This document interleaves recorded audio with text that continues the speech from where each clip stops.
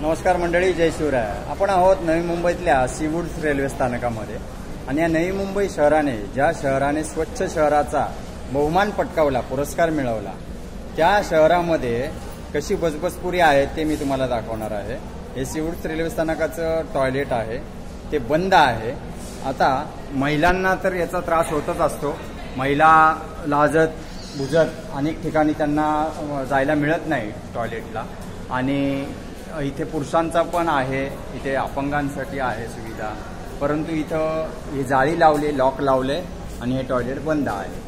महिलांच्या आपण अनेक बातम्या वाचल्या असतील वर्तमानपत्रांमध्ये की महिलांना किती त्रास होतो जिथे त्यांना टॉयलेटची सुविधा नसते. आता अनेक ठिकाणी छत्रपती शिवाजी महाराज टर्मिनसच्या बाहेर एक गुलाबी बस आहे, छत्रपती शिवाजी महाराज पार्कच्या बाहेर एक गुलाबी बस आहे जी की खास महिलांसाठी आहे. आता महिला तर या त्रास सहन करतच होत्या, अद्यापही करता आहेत, परंतु आता पुरुषांनी देखील या लघुशंकेचा त्रास सहन करायचा का?